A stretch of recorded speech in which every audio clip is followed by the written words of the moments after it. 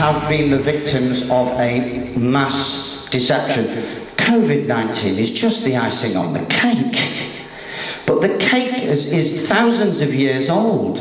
It's just been recently re-iced, reinvented, rebranded. But it's just another deception of many. We're going to have a look at the deceptions. They are across the board. Banking, law, media, healthcare, food, education, religion, the whole lot. But what have they all got in common? They're crimes against humanity. Now let's look at what these crimes are.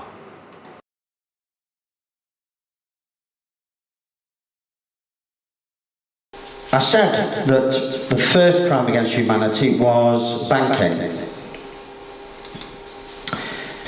We start out with, as human beings, with time, energy and creativity. That is our value. The time that we have on the planet, the energy that we put in with conscious intent, and the creativity that we manifest and channel is our value. But when the banks get hold of us, they convert it. It's an energy conversion system. If you've seen the film The Matrix, you'll know what's going on. The Matrix was more of a metaphor than reality, but it's still very close to reality, in my opinion. What the banks did, they created something that they call money, but which isn't in fact money.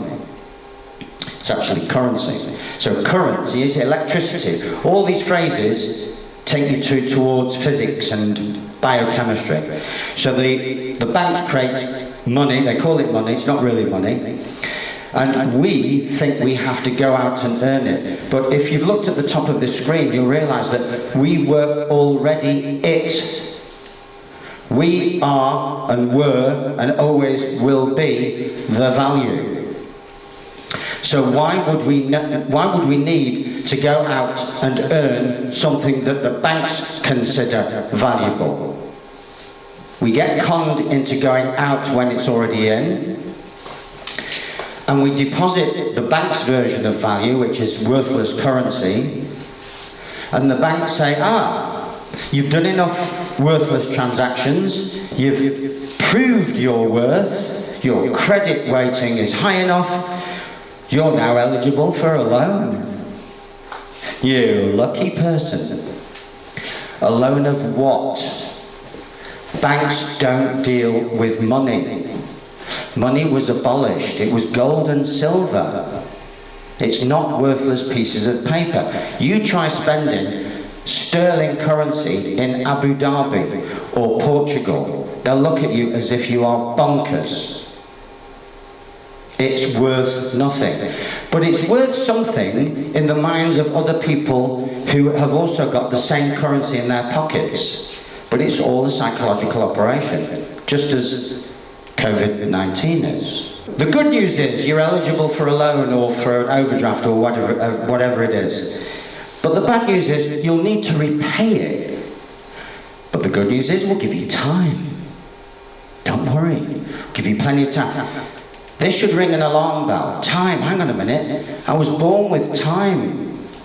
But the bank are asking me to spend time paying them back for something that they never gave me in the first place. The transaction was just account to account. It's bookkeeping.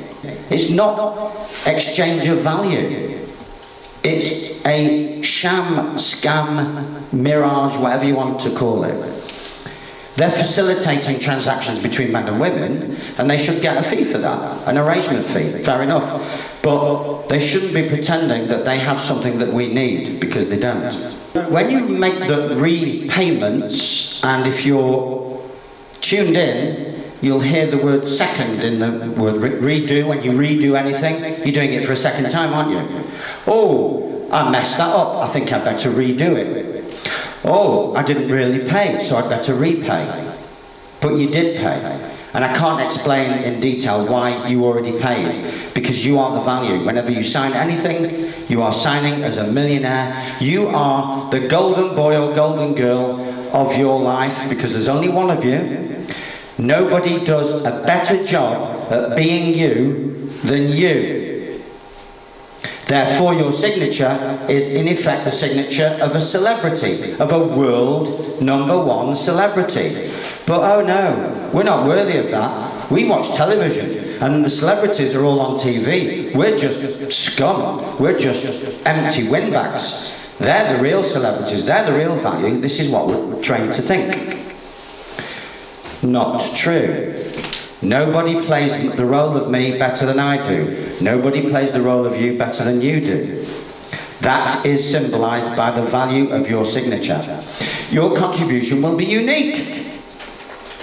Even if you only become the world's greatest tea maker or the world's greatest washer-upper, you'll still be the world's greatest. It doesn't matter. You'll be the world's greatest at something.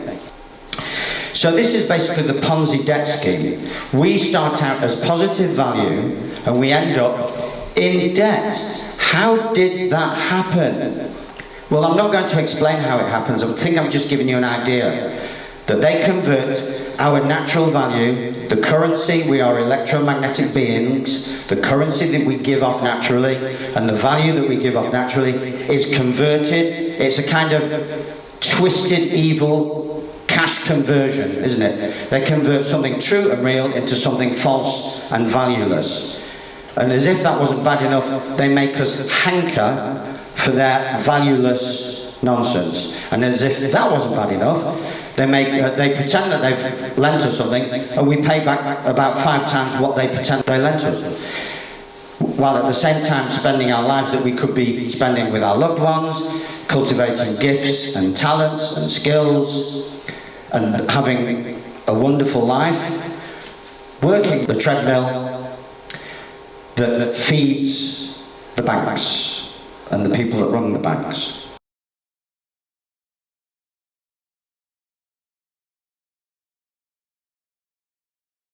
And then we also have the legal system. You're born with sovereign inalienable rights. Inalienable means you can't give them away without your consent. No one can take them from you without your consent. So you start with value, but the banks take it off you. You start with sovereign rights as a man or woman. The common law respects those rights, and you can only surrender them under common law if you break common law, which is causing harm, loss, fraud, or breach of the peace. We look at that in part 1 and 2. The government is appointed by the people and creates legislation. Legislation is not law. The law is with man and woman. So man and woman are the value and the law. You are the value and the law. Somewhere along the line, that sense of value and lawful right is taken off you. You become, in a process that, again, I won't go into, a legal fiction person via the certification of your birth. Because there are 2 processes that take place. You're born to a woman and you're birthed to the government. They are 2 separate processes. There's the date you were born and there's the date of birth. Most of us have been trained, like good little sheep, to give our date of birth. Well, that's when you're basically admitting that you were birthed into the government corporate system, the banking system, basically. And the end result is servitude. Now, there are some happy slaves, I don't deny that. There's various degrees of contentment and happiness on the enslavement spectrum. But we're all enslaved. And the main reason that we're all enslaved is that we think we're free. We think that just because I can choose Sainsbury's over Tesco's, that makes me a free man. So we've got banking, turning value into Ponzi debt. We've got the legal system turning sovereign rights from being born into privileges and licenses granted by government, which in effect make us serfs. Slave is a bit of a strong word. It's more serfdom than slavery, because I don't want to disrespect people who are involved in human trafficking at the wrong end of it. They're real slaves. So we are more serfs. We're not quite free. Again, there's sliding scales everywhere. This is not black and white. It's all about waking up to what is going on. You decide where you are and where you want to go from here. That's the whole idea of the talks like these.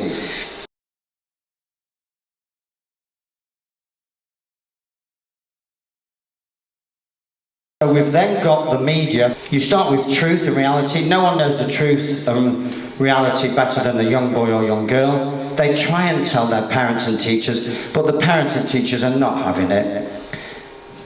They're just not having it. Because we don't think that little boys and girls are anywhere near the truth. But it's the other way around. It's grown-ups that have lost the plot. Little children, boys and girls, they were born with the plot. The media and the press, and I'll come to the education system as well, the media and the press get involved with editing and suppression of facts, events and truths. They create fake news, fake entertainment, and before you know it, you're living a lie. And that is the lie of the tell-lie vision, for example. So if you're watching more than literally a few hours a year of television, you are involved, embroiled, entangled in their lies.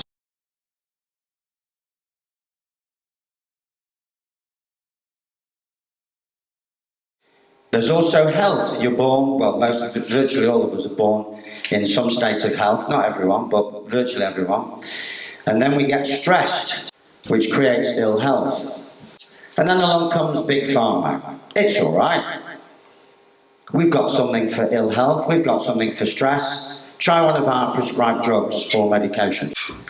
And before you know it, you've got chronic disease. And you've got chronic disease because you didn't know what was causing the stress.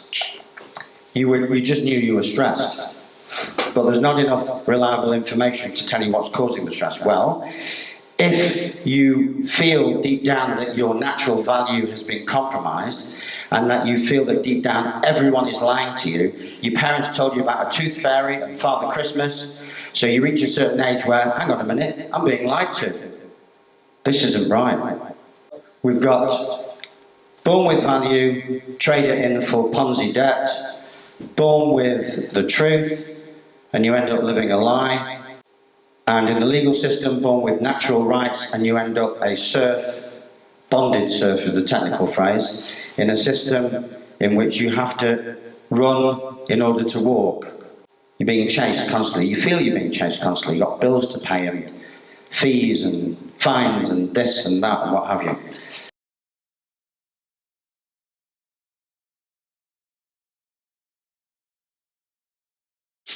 Now food, natural nutrition. Well, Mother Earth supplies plenty of natural nutrition. Fruit, vegetables, nuts, seeds, seaweed, it's all we need.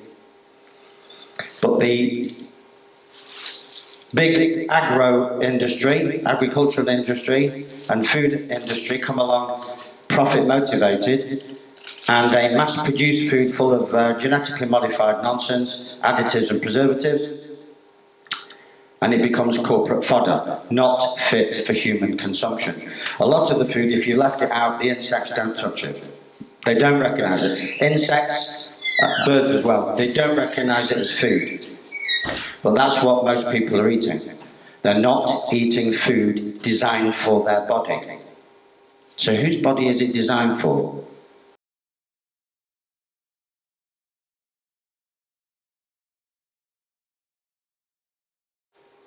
Human growth. You start out with a natural inclination to grow. All children want to grow by learning, experiment, trial and error. That's what it is to be a boy or a girl. By the time they've had 15 years of schooling, most of that's gone. Schooling does a good job. Now, I used to differentiate schooling from education, but then someone put me straight on that. Schooling is for fish. Education is for animals. Education is the word that means the training of animals. So the schooling system can't win. They're either training fish, schools of fish. In other words, they've got to have people moving around in harmony and synchronicity. No individuality, no diversity. Or animals. Got to sit still, stand up, sit down, like at the circus. So that's where you get conditioned. So you go to school and you stop growing. When I started school, I was amazing and I felt amazing. By the time I left school, I felt completely broken. And I had succeeded. It's not that I'd failed at school. I succeeded. But I still felt completely broken and empty inside. But the school had what it wanted. It got me to a good university, so I ticked its box. So you get conditioned. You get taken away from yourself. And you end up being unthinking, so they've taken away your ability to think for yourself, because when you try and think for yourself at school, bad things happen. You're de-skilled, you've not learned anything real. The only thing you've learned really is to pay attention to someone who's talking utter nonsense, sit still and comply. That's all you've learned. You may have learned a little bit about computing and a little bit about maths and a little bit about English. You could have learned that anywhere. You're de-skilled, you're deactivated. They've taken just one aspect of your potential. You've got 3, maybe 4 brains. You've got left brain, right brain in the head. You've got heart brain, you've got gut brain. So that's 4 brains in fact, and there's probably more than that. They only work on one of those 4. So even if schooling were perfect in every way, it would still only provide 25% of your needs. You're deactivated, and of course, being a sensitive young man or woman, by the time you leave school, you're demoralised because you know in your heart that it's all gone pear-shaped. If you're friendly, you'll make friends wherever you go, including at school. You start off with growth potential and you end up as a human resource. And human resource is a department. Human resources, ring any bells? There you are. You now fit in nicely. You're a human resource.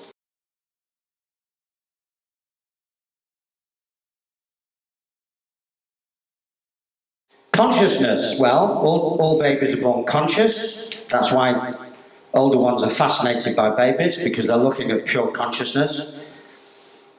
But then the Bible gets to them, culture gets to them, dogma gets to them, and indoctrination starts until they become guilt-ridden and unworthy. Their worth is conditional on acceptance, on compliance with the religion, the culture, the dogma, the peer group, whatever. It's all conditional. But anything that's conditional is, by definition, unsubstantial, not real. You either have it or you don't. It's binary. Acceptance is yes or no. It's not, well, maybe. Maybe it doesn't work. The end result is blind compliance. People become so desperate to fit in and so desperate for the approval of others and for the rewards of compliance that they just comply. This is what the COVID nonsense is all about. It's about blind compliance. It's not about health. It never was. It's about control and blind compliance. So let's have a recap. So we start with true value and we end up in a Ponzi debt scheme. We start with sovereignty and we end up in servitude. We start with the truth and we end up in lies. We start with health, we end up in chronic disease. We start with nutrition, natural nutrition, we end up with corporate fodder.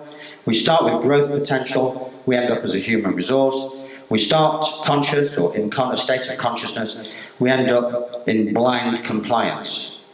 That's a bit of a problem, I think. So now we have to look at how we can resolve this.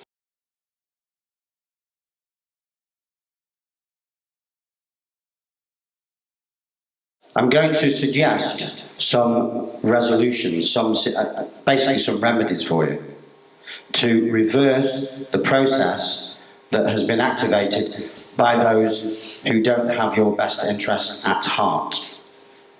So, to reverse the Ponzi debt process and recover your true value, my suggestion, and it's only suggestions, most of these, go self-employed and go private. Ikigai. If you practice at that and develop the skill of it, or the interest in it, it becomes your vocation. It's something that you dream of doing when you're older. If you then stick at it, show persistence, it will then become your mission as you're getting older, reaching adulthood. And if you're now in a position where the community needs that skill or appreciates that skill, because that skill represents your true value. Do you remember the true value that we were born with? There you go. It's on the screen at the top. So the community will reward your true value that you have carefully nurtured, because you've respected yourself enough to do that. It will reward you with a profession. In other words, it will reward you materially for doing what you do as well as you do it. Another way of recovering your true value is to know your true status at law. So those are the three main ways. Is self-determined with work that defines you, that's closer to your heart. Find your passion, express it. And know your true status at law. Well, I can't go into that right now. There's clues in parts 1 and 2, and it says here you can go on the Facebook group Debtless for more clues, or you could do my TPL privacy course, that's the People's Lawyer privacy course, for your true status at law. Servitude to sovereignty. This is about recovering your dignity. Learn who you really are, not just at law, but generally. Who are you? Know your God-given rights and learn how to assert them. So this is what we looked at in parts 1 and 2 of this series of talks. From lies to truth, where we can regain sanity and integrity. Here's some tips. They're only tips. You're free to choose your own path, but these are tips that work for me anyway. Switch off the television, switch off the radio. Nothing good happens when you listen to television and radio. Stop reading mainstream press and ignore gossip. When people say like, oh, do you know what Boris has just said now? Who's Boris? I know who Boris is, but I just pretend that down. Who's he? Boris who? I don't know him personally, so why should I give a monkeys what he says? Do your own research. Do your own research. Don't take anybody's word for it. Certainly not mine. Do your own research. Chronic disease to good health. Well, what you need to do is regain vitality and balance. You can do that by reducing or avoiding medications. You can also do that by... There's 5 elements here in part 2. There really should be 6, but the last one, stress, comes in 2 parts. So, breathe fresh air. That means get out more. It doesn't mean stay in more. So whoever's putting those COVID guidelines out, they're working against you. Get out more. Fresh oxygenating air is not in here, it's out there, even in Manchester. Clean your water. Don't drink tap water. You've got to at least clean it up and ideally magnetise it and make it vibrant, make it living water. You're a living man or woman, so don't drink dead water. What's the point of drinking dead water? That's all that's on offer in the tap. Get your water in such a state that it revitalises you. And it will rehydrate you. 90% of people are completely dehydrated. Most chronic illness is simply dehydration. Oils, health, there's a book called Fats That Heal, Fats That Kill. So deep fried food, no. Fresh, organic, cold pressed oils, yes. But not too heavy on them because they're quite, they're quite fatty. Fuel, yes. Good organic food. Clean food. So there's you need to be ticking all these 6 boxes in order to develop good health, to guarantee to develop good health. If you only tick 1 box, well, it's better than no boxes, but really we should be considering all 6 boxes. So good organic food. Stress, detox. The word missing from here is detox. So detox from stress and reduce stress with gentle, enjoyable exercise. And there it says, get outdoors more, avoid social distancing. So again, whatever the government says, you just reverse it and you've got the truth. It's that simple. They're playing some kind of weird, evil mind game. Fodder to nutrition. Okay, regain your zest for life and immune function. Go organic. Go plant-based. Carefully avoiding the word vegan because that triggers people. Plant-based. Doesn't have to be exclusively plant-based, but I would recommend 6 plant-based days a week, minimum. Because the load on your body is reduced when you're eating plant-based food, especially organic. Grow it and cook it. Grow your own food and cook it. Invite people to dinner more. So we should be having more dinner parties. So again, the government want you to have fewer dinner parties. So you just reverse what they say and have more dinner parties. And if the police come round, make sure you invite them in for a cup of tea. And so don't leave the police out because they're lonely and depressed and stressed and potentially suicidal as well. So invite them in. Human resource to growth. So reversing the idea that you're a human resource and the idea that in fact, in truth, you are full of growth potential. Avoid school. If you've already been to school, then imagine that you didn't go. Wipe it, erase it. Just erase it, you didn't go. If you've got boys and girls of school age, seriously think about preventing them from going. Give them a democratic choice, but discourage them from going is what I would say. You can't tell them that they're not going, that's not fair. But discourage them. Ask them to justify why they want to go to school. If they can, off they go. Develop creativity and follow passions. Love your life. How many people genuinely love their lives? When I look around when I'm doing talks, rallies, whatever, I look at people's faces and nobody looks like they're enjoying anything. It looks like they're breathing under duress.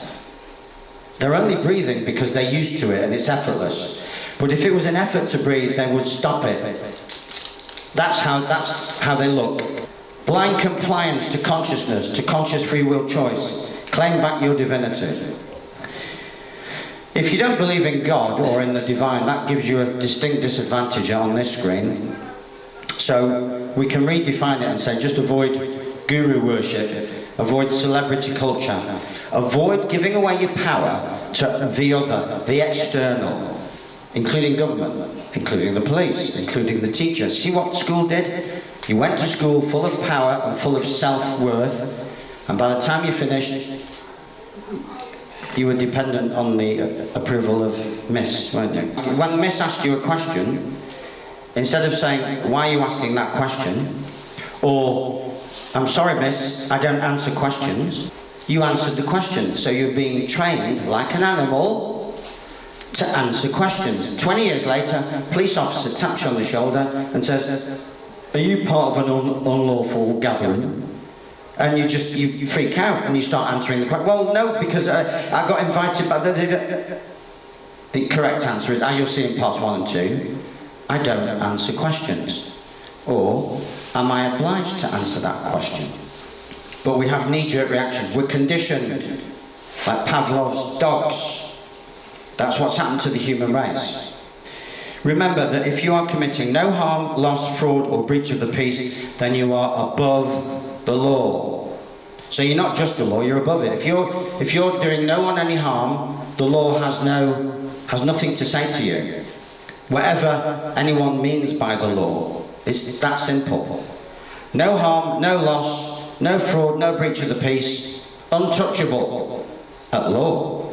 But in your mind, you've got all these demons that have been placed by these nefarious bad actors. Most of whom didn't know what they were doing, they were just doing that job. So remember, you are naturally above the law.